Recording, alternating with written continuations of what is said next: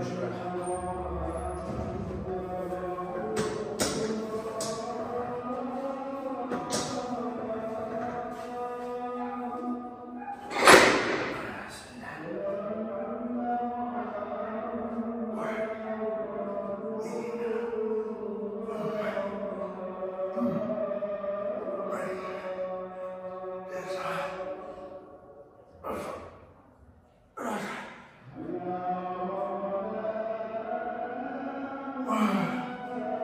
صلاة الفجر مش هلحق شكلي، بس انا هصلي مش هلحق.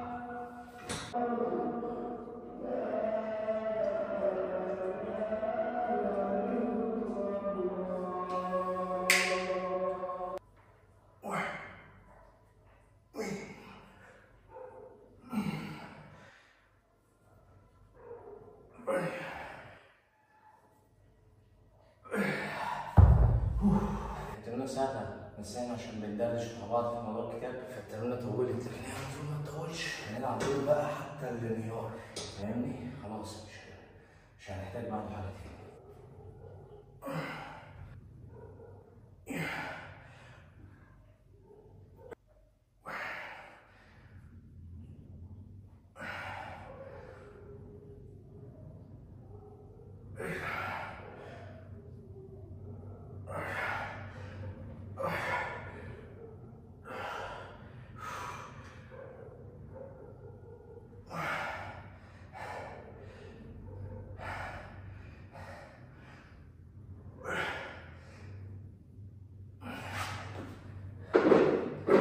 دايما الدور ده بيكون اصعب، الدور اللي بتتمرن فيه وزن اصلا دور مهلك جدا.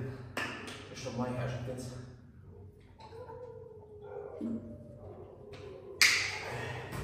مش هنحرص صلي في البيت بقى.